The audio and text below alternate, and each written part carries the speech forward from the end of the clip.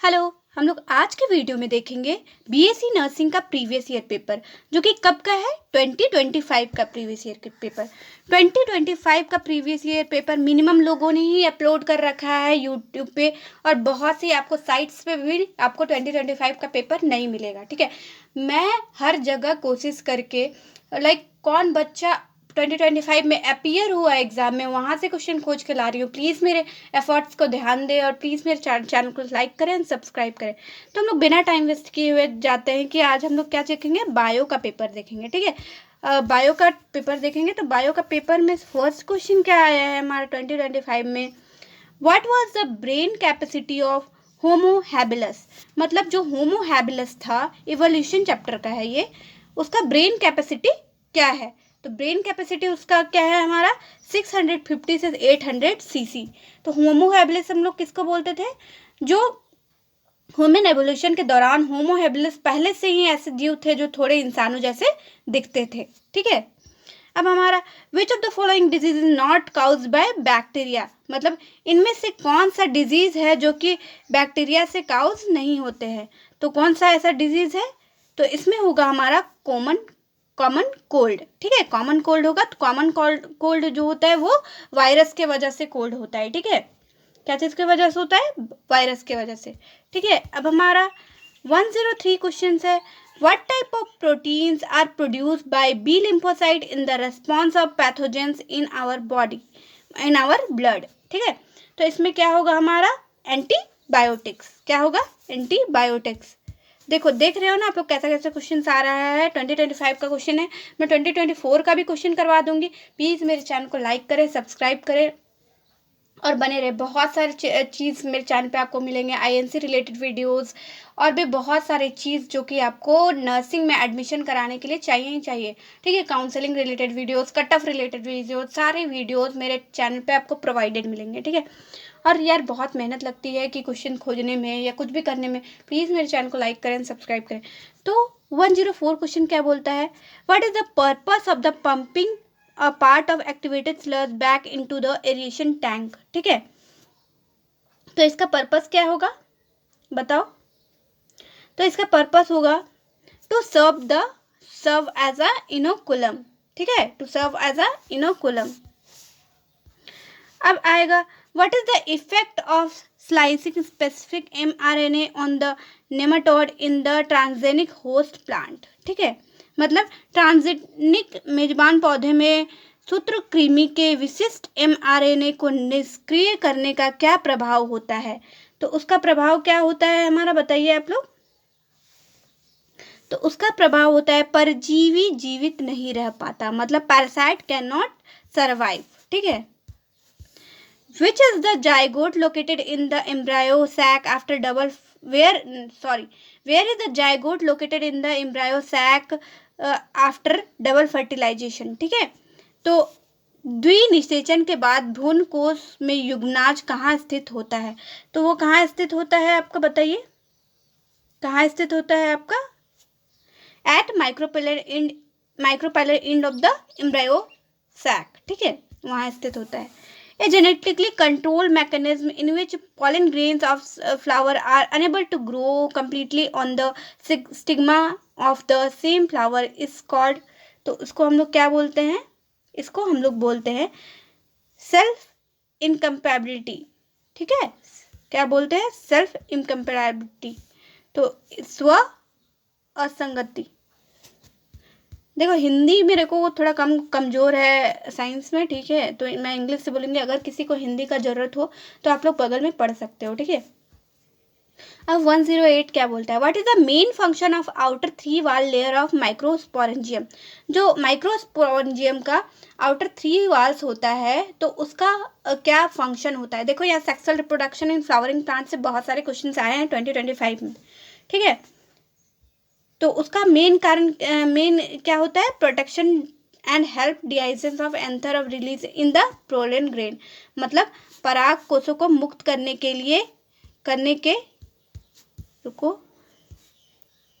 लिए पराग कोष को स्फुटन में सुरक्षा और सहायता प्रदान करता है। ठीक है, करना इसका काम होता है। अब 109। ठीक है, 109, ये क्या बोलता है, what is the regions in the testis that contain immunologically competent cell. ठीक है, तो वृषभ के में वे कौन से क्षेत्र है जिसमें प्रतिरक्षात्मक रूप से सक्षम कोशिकाएं होती है। ठीक है, तो वो कौन से हैं, इंटेस्टाइनल स्पीसीज। ठीक है, क्या है, intestinal species. What is the myometrium in the female reproductive system. तो मायोमेट्रियम किसको बोलते हैं हम लोग, बताओ, मायोमेट्रियम किसको बोलते हैं। ठीक है, तो किसको बोलते हैं, a layer of smooth muscles in the wall of uterus. किसको बोलते हैं, a layer of smooth muscle, मतलब मायोमेट्रियम कौन सा मसल का बना होता है, स्मूथ मसल का। ठीक है, महिला प्रजनन तंत्र में मायोमेट्रियम क्या है, तो गर्भाशय की दीवार में चिकनी पेशी का एक परत है। ठीक है, अब 101 question, what is the bio prospecting. ठीक है, बायो प्रोस्पेक्टिंग क्या है, तो बायो प्रोस्पेक्टिंग क्या है हमारा, exploring molecular diversity for the products of economic, ये भी है। ठीक है, exploring genetic diversity of the, ये भी है, और सी भी है। ठीक है, मतलब ऑल ऑफ द अबव। ठीक है, अब 112 मतलब what was the special settings of protected animals and plants in ex situ conservation. देखो ये इकोसिस्टम से क्वेश्चन आया है आपका।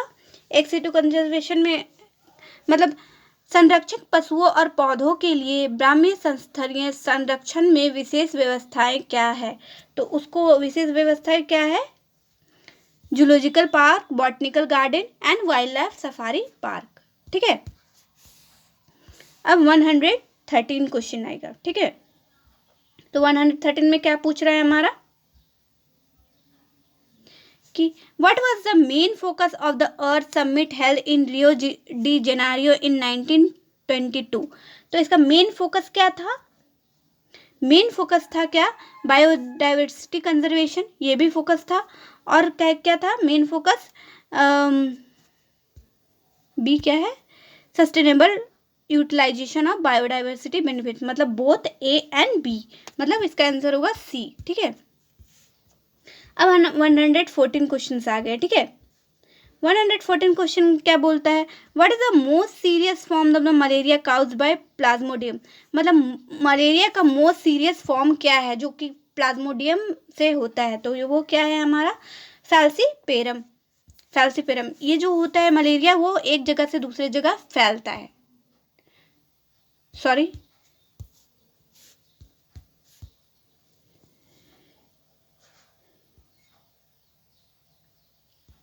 अब आ गया हमारा 115 question, what is the name of the chemical compound that is commonly known as smack. तो उस रासायनिक यौगिक का नाम क्या है जिससे आमतौर पर स्मैक के नाम से जाना जाता है, तो उसका यौगिक का नाम क्या है हमारा, डायसिटाइल मॉर्फिन। क्या है, डायसिटाइल मॉर्फिन।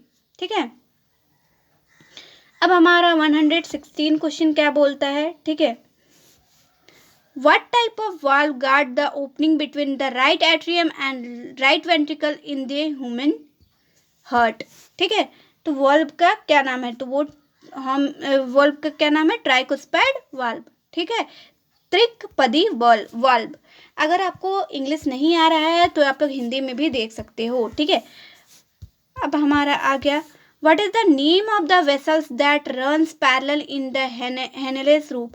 तो वो वेसल्स का क्या नाम है जो कि पैरेलल रन होता है। ठीक है, तो उसका नाम है हमारा क्या, वासा रेक्टा। ठीक है, देखो लगभग 2025 में है ना, सारे चैप्टर से कुछ ना कुछ टच किया हुआ है। ठीक है, तो हर एक चैप्टर से कुछ ना कुछ आ रहा है। देखो ये किडनी वाला चैप्टर था, फिर sexual reproduction in flowering plant से भी आया है, बहुत सारा रिप्रोडक्शन से भी दिया है, बहुत सारे क्वेश्चन हर एक चैप्टर आपको छू रहा है। ठीक है, 2025 का क्वेश्चन एकदम अच्छे से सेट किया गया है। ठीक है, 118 क्या है, what is the common connective tissue layer in the holes muscular bundle together a skeletal muscles. ठीक है, कंकाल पेशी में मांसपेशी समूह को एक साथ रखने वाला सामान्य समयोजी उत्तक परत क्या है, तो उसको क्या बोला जाता है, बताइए आप लोग।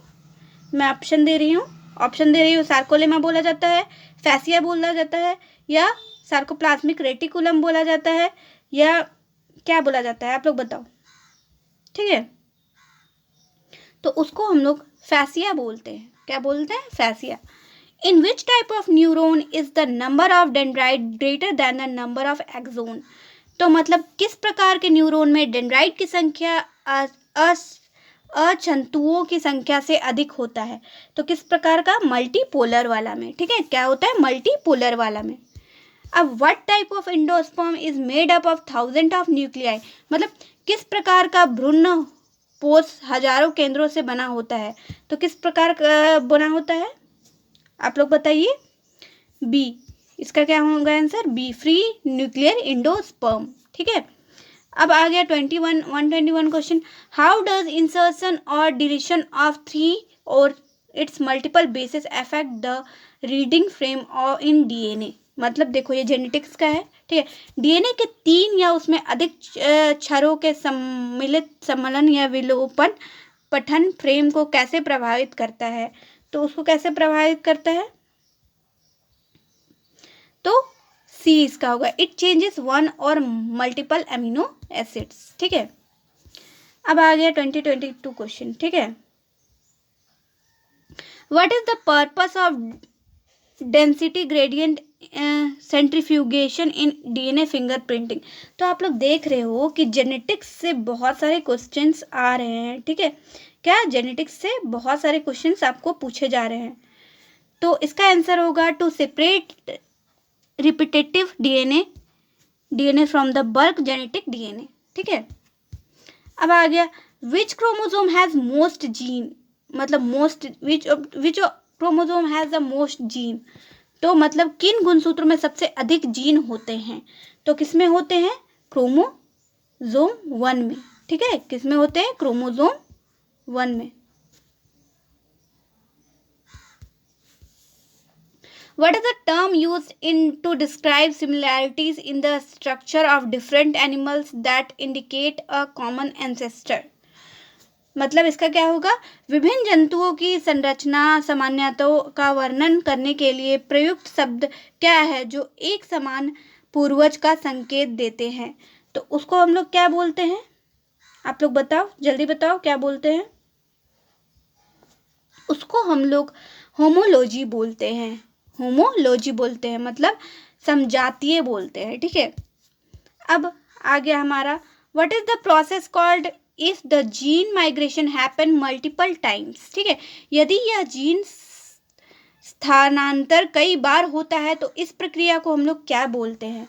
तो उस प्रक्रिया को हम लोग जीन फ्लो बोलते हैं। ठीक है, अगर आपको ऐसे ही 2025 का क्वेश्चंस और भी चाहिए तो जल्द ही मैं अपलोड करूंगी, और जल्द ही अपलोड किया हुआ भी है।